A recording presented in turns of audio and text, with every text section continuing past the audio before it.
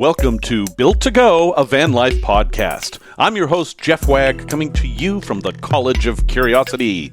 This time it's episode 68, and we're going to talk about the new Aurora project, which I have hinted at for, 68 episodes now. We're also going to talk about the pesky problem of metal shavings, a tale from the road inspired by the recent incident in the Suez Canal, bamboo paper towels, and a place to visit involving some very old trees. Hello everyone, thank you very much for joining me once again. Last week, I gave you 2 episodes in 1 week because I'm a very generous guy. And again, thank you to Franco Lido for the interview. I do absolutely appreciate your efforts there. But because of that, I'm going to beg your indulgence this week and allow myself to kind of focus on my projects for the year.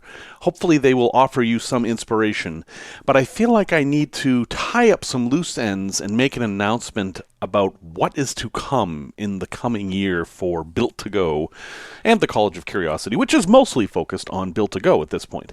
If you have listened to the early episodes of this show, you have heard the word Aurora far more often than would seem likely.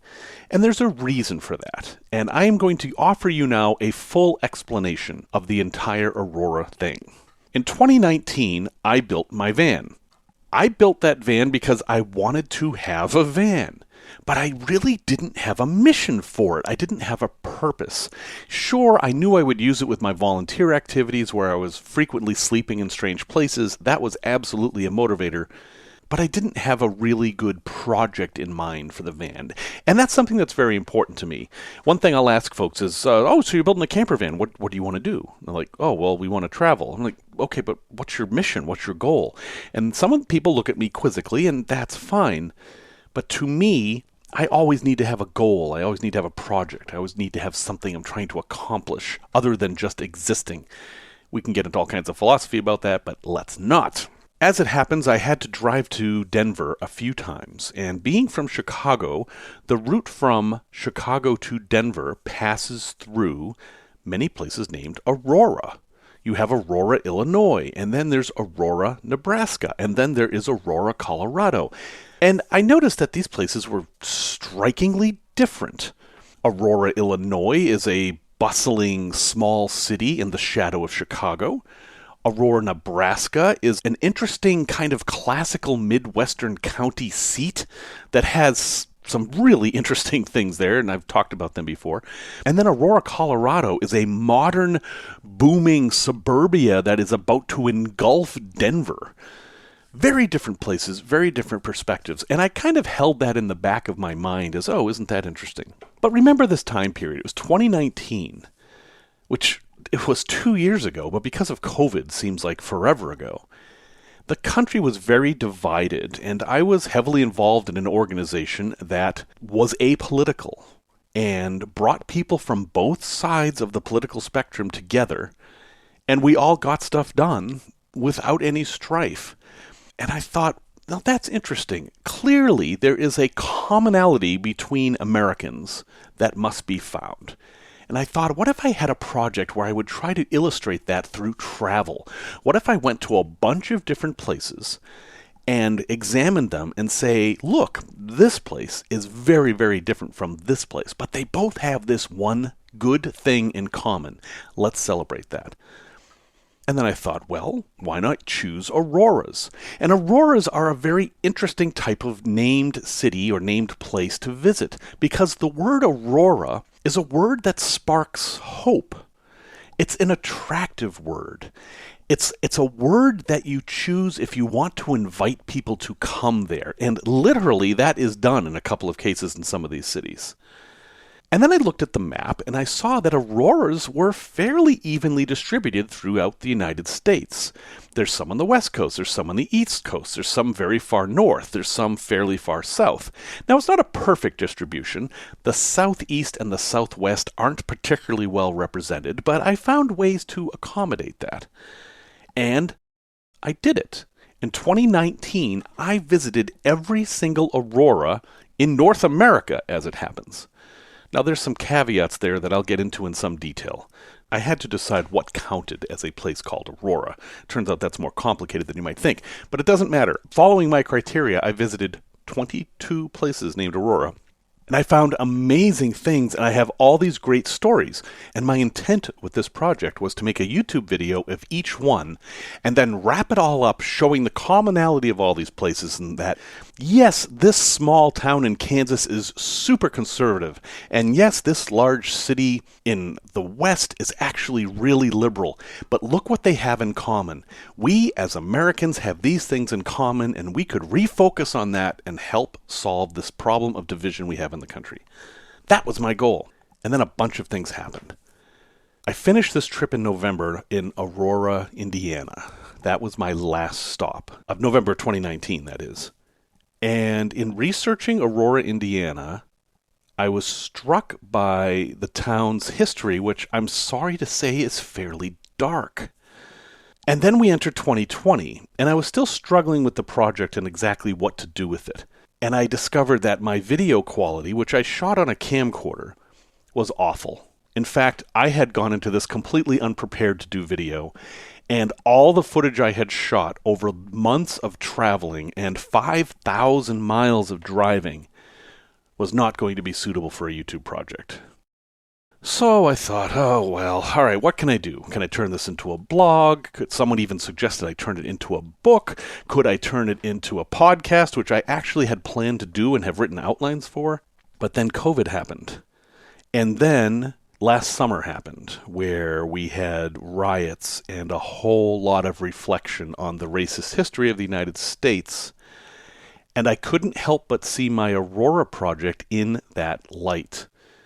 And that completely changed my original goal for the project, which was to find that commonality. I didn't find it. Instead, what I found was a lot of forgotten and hidden racism in many different aspects of all these auroras that I visited. And it's a very important topic, and yet it is not what I wanted to focus on. And I was left with the conclusion that we're divided for a reason, and it's not good. I mean, I was trying to do this to present a message of hope, and instead, what I came away with was almost a sense of despair. And it was a really interesting thing that all the Auroras I visited, the first one I visited was Aurora, Missouri, and the last one was Aurora, Indiana, and those two had the darkest racist history. So I ended up with this project that had basically the most interesting story about these two places was racism, and that was the bookends of the project. Now, I don't talk about politics and religion and stuff like that on this podcast. That is not what this podcast is about. It's about van life. And yet I was struck with this overwhelming, objective view that this country has serious racial issues. And I don't think that's political. So, I struggled with what to do with this. COVID hit. 2020 was a cluster truck by any definition. And then I had all sorts of my own health problems. I won't go into that, but it has been a very difficult time. Just this week, I have managed to start feeling like myself again, feeling like I can get out there and do things I want to do again. And I have this aging van that I was going to replace this year, but decided not to. And I want to do one big last trip, one big last hurrah in this vehicle that I love so much. And after a lot of consideration and a lot of reflection on all these amazing stories that I have from all these different auroras, and they are amazing. I mean, we have dead aliens buried in Texas. We have incredible rolling blueberry fields in Aurora, Maine. We have the ghost town of Aurora, Nevada, where there's a grave to a dead gunslinger, and where Mark Twain first successfully published something. There is an incredible wealth of stories here, and I haven't told any of them because I haven't found the right format. And so I'm going to do it again. In 2021, I am going to go back, and I'm going to revisit every single one of these auroras, and maybe a couple more. And this time I'm going to go back prepared. I have a much better handle on YouTube now, so I can actually make the YouTube videos. Plus, I already know the stories because I have experienced them. Instead of going into these places blind to see what's there, I kind of know what's there now, and I can focus on that story and create it better. Plus, I now get to contrast these places pre-pandemic, post-pandemic, pre-election, post-election. And I think there's going to be some compelling stories there. So what I'm going to do is this. Starting in the next couple of weeks, I'm going to start visiting these auroras. I'm going to keep doing this podcast as I always have, but I'm going to add a section, an Aurora section, to the podcast. It will probably lengthen the podcast by 5 minutes, and I hope you'll indulge me with that as well. I will also have a YouTube video for every Aurora I visit, and then the ancillary videos that come from that, because I'm about to take a journey of 5,000 miles in an aging van that I built myself, and I'm sure bad things are going to happen. I just know. But the nice thing about doing it this way is that a bad thing is a good story, and I'd like to bring you along with me. I would be very happy to hear your thoughts on this. I would love this to be a collaborative thing, and if possible, I will announce places where I'm going to be, and if COVID allows it, maybe we can do some meetup things, like gather at a burger place or something. I don't know. We'll have to see how that goes. But at any rate, thank you for indulging me for talking about my personal project for this long. Let's get back with the normal format. Tech Talk. You know, it's funny. Every time I say Tech Talk, Alexa goes off behind me every single week. It's kind of fascinating. Anyway, let's talk about metal shavings, because that also is such an exciting topic. I cut holes in my van. Oh, I know, the scary thing, but you have to do it to do a lot of things like add ventilation. I did not realize that metal shavings were such a big problem. And they are. So let's talk about that. When you cut a hole in your van, no matter which method you use, whether you're using saws or grinders or whatever, you are going to create a whole lot of little tiny metal shavings. That can be very sharp, but the real problem is that they gather in places and create rust. If they stay on your roof, and remember, they're very sharp, so if you have a new van and your paint is still a little bit soft, because it actually takes a while for automotive paint to cure, much longer than the time between when the van is made and the van is delivered to you, those little metal shavings can actually dig into the paint and rust and ruin your paint job. On the inside of the van, they can gather in corners and then just start rusting. And then sometimes that rust can spread and kind of encourage rust in other areas. So you don't want these metal shavings in your van. So what do you do about this? Well, there's a couple of tricks you can try. One is magnets. Let's say you're drilling a small hole in the side of your van. Hopefully not through to the outside, but in one of the ribs. You can put a magnet beneath the hole, and that will catch nearly all of the metal shavings. That's great for a small hole, really easy, and then you can just take a paper towel and wipe the metal shavings off the magnet. Super easy. But if you're doing that big 14 by 14 hole for your max air vent or whatever type of vent you chose, magnets aren't going to cut it because of the pesky law of inverse squares. Basically, your metal filings are going to be too far away from the magnet to be attracted. So here is a great trick for that. Get yourself a trash bag, a big trash bag, not like a grocery bag, like maybe a 33-gallon or even a 50-gallon trash bag. You want this to be big for a reason. And then mark out where you're going to cut and tape the plastic bag around that hole with a generous margin. So if you're doing a 14 by 14 hole, get that big trash bag and tape it a few inches from the outline of that hole. And then from the outside of the van, cut that hole, and all the metal filings will fall into that trash bag. Now you can do this with a tarp. You kind of get the concept here. You're just trying to catch all those metal filings. And if you put a magnet in the bottom of the bag, you'll then be able to shake the bag up and have that magnet capture almost all the metal shavings, and then you can, use the bag for whatever you want. That's if you want. You don't have to do that. But it's important to do this. And then vacuum up carefully and get those metal shavings out of there. They are not your friend, and you don't want them. Just a couple of tidbits that can really help. I wish I had known that before I did my van. It would have saved me a lot of work, and actually a lot of little cuts, too, because that stuff's really sharp. Tales from the road. All this Bodie McStuckface stuff that's been going on in the Suez lately, and as of today, that's theoretically fixed, although we know there's a big backlog. It reminded me of a time that one of the strange experiences I had delivering pizza. Turns out that if you deliver pizza as a living, or at least as a job, you're going to have a lot of strange experiences.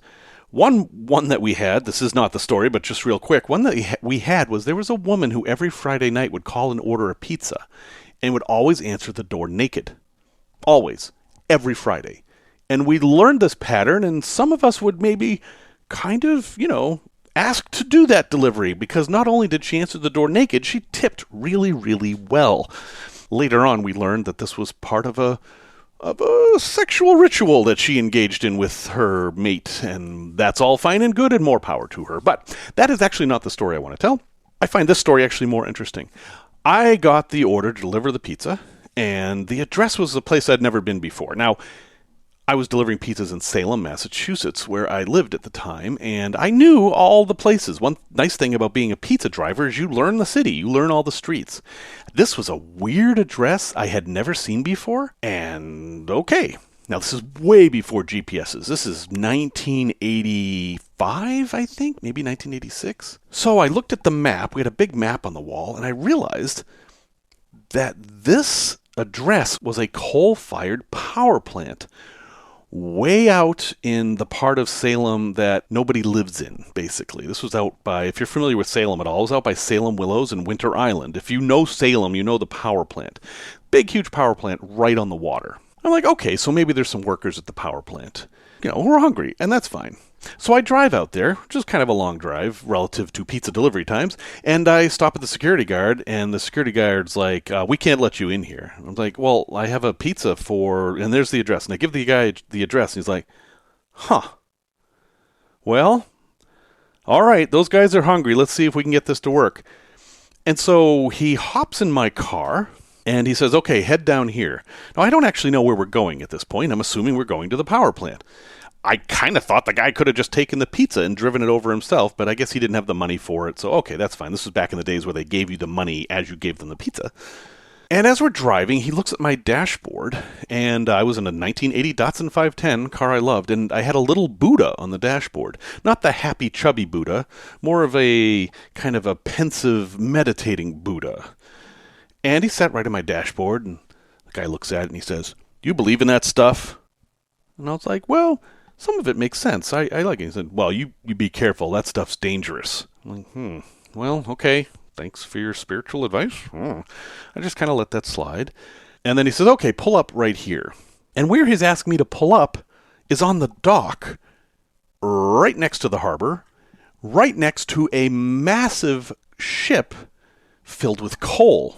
It was the crew of the ship who had ordered the pizza.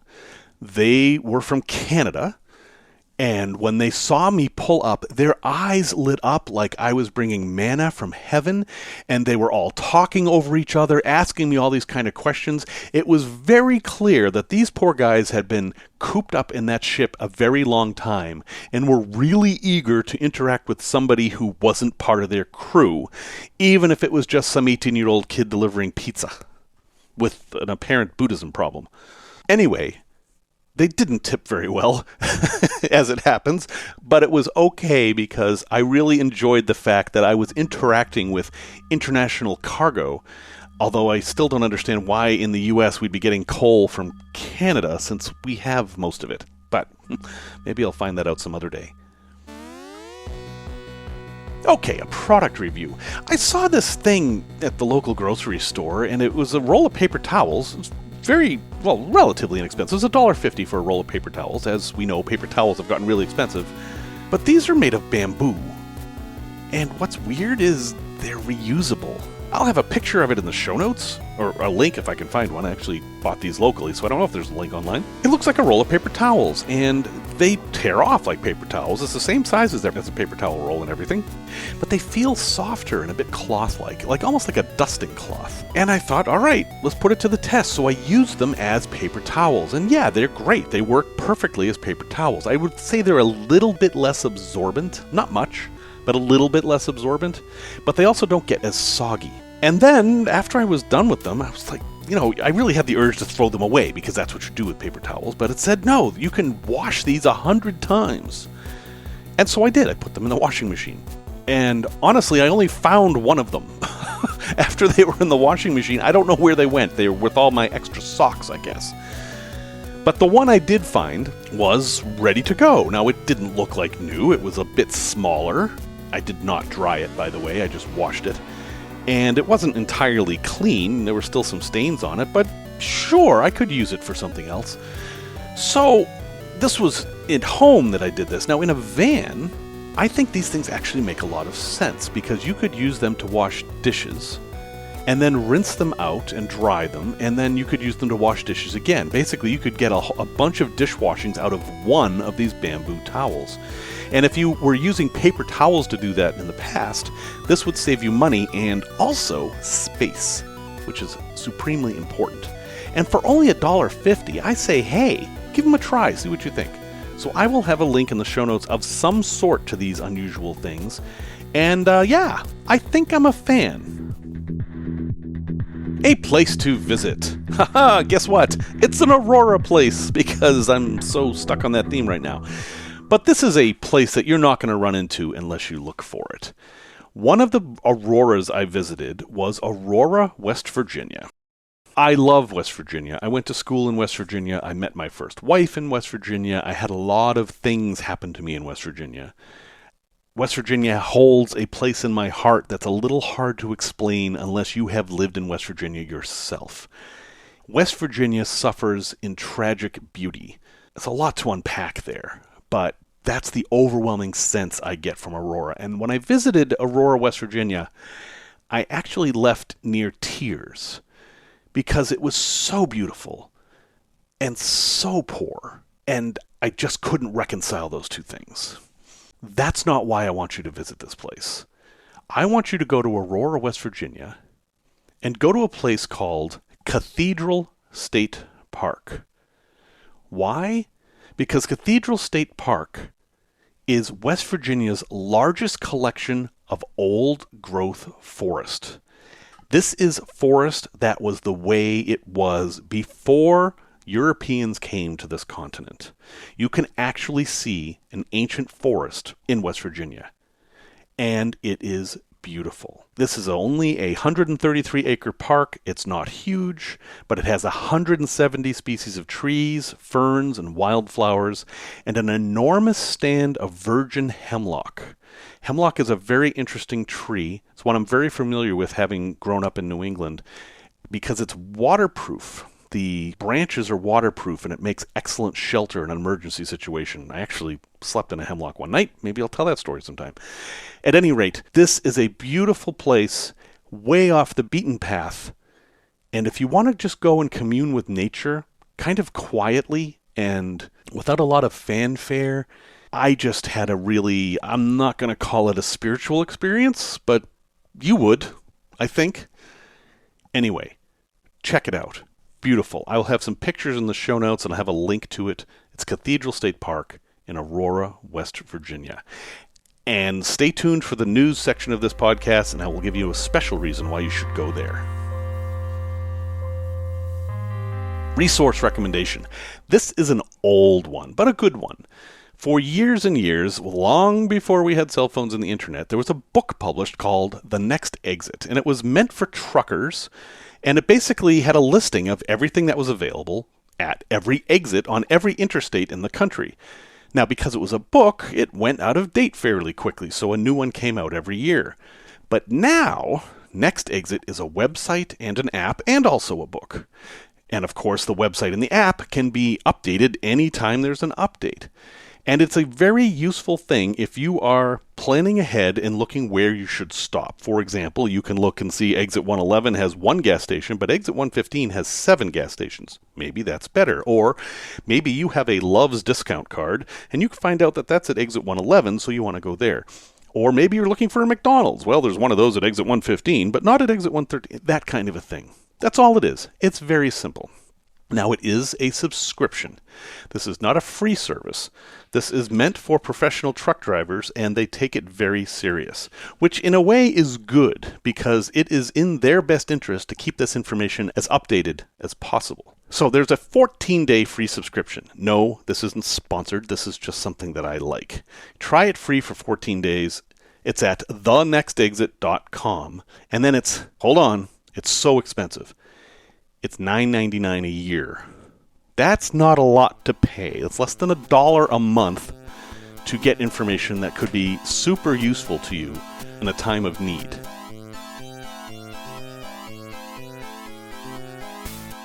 Van life news. We haven't had news in a while, and unfortunately, I'm going to give you 3 news items that are all bad news. And I'm sorry, but they're all important, so that's why I have to do this. First piece of news is that butane and propane prices have gone way up. I used to always get my propane, my little green propane bottles, I would get them at Walmart because their 4-packs were the cheapest around, and they still are, but they're 25% more expensive now. And then I would get my butane in bulk from Amazon because you could get a 12-pack for significantly cheaper than anywhere else. It was like a bargain. Unfortunately, those prices have gone up 30% now, if you can find them. And it has to do with all the craziness of this past year. We had the Texas incident, we had COVID, and yes, Bodie McStuckface stuck in the Suez Canal is also going to impact these prices. So propane and butane are going to be tough this year. If you were looking for a year to explore maybe the wonders of charcoal or cooking on an open fire, this might be the year. And that leads us to item number 2. Where should you go to practice those charcoal skills? The answer is probably not national parks. This year, national parks are going to be overflowing all year long. They're already reporting record reservations. They're already selling out. Everybody and their brother is going to be out camping, RVing, and van lifing this summer. Everybody. It's going to be the busiest year ever. That means we're going to be in crowds, and a lot of us don't like crowds. And that's why I recommend you give up on the national parks this year. Yes, they're all wonderful. Yes, they're all worth visiting. But how about this year focus on the smaller places, like, say, Cathedral State Park? Or in southern Illinois, there is a whole giant cypress swamp. It looks like Louisiana bayous down there. Check that out for a change. Or maybe head up to northern Maine and go to Katahdin. Anyway, there's endless places to go. They don't all have to be national parks. Just consider that. And lastly, van availability just took another blow. Yes, they're already in short supply due to COVID reducing the number of vans being made, due to the increased demand on new vans from companies like Amazon, and that bleeding over into the used van market as van life becomes hugely popular. There is now a lack of computer chips available to put into vehicles, and that is making the strain on new vans even higher. So I'm sorry, there's no relief in sight for the high prices that vans are getting right now. Not yet. I still think a lot of people bought vans are going to try van life and hate it, and those vans are going to come back on the market. I still think that's going to happen, but probably not until midsummer or later. But we'll see. So there you go, 3 news stories. I'm sorry none of them filled you with any hope. Well, thank you for listening to this episode 68, and thank you for indulging my personal interest for this one. I promise I will stick more to the format in future episodes. Music, as always, is by Simon Wagg, and remember, you can find me at jeff@builttogo.com. That's 2 T's, not 3, not 1. I would love to hear from you, and I will address any topic you want on this show. Until next time, remember what Princess Aurora said. Oh, we walk together and talk together, and just before we say goodbye, he takes me in his arms, and then I wake up.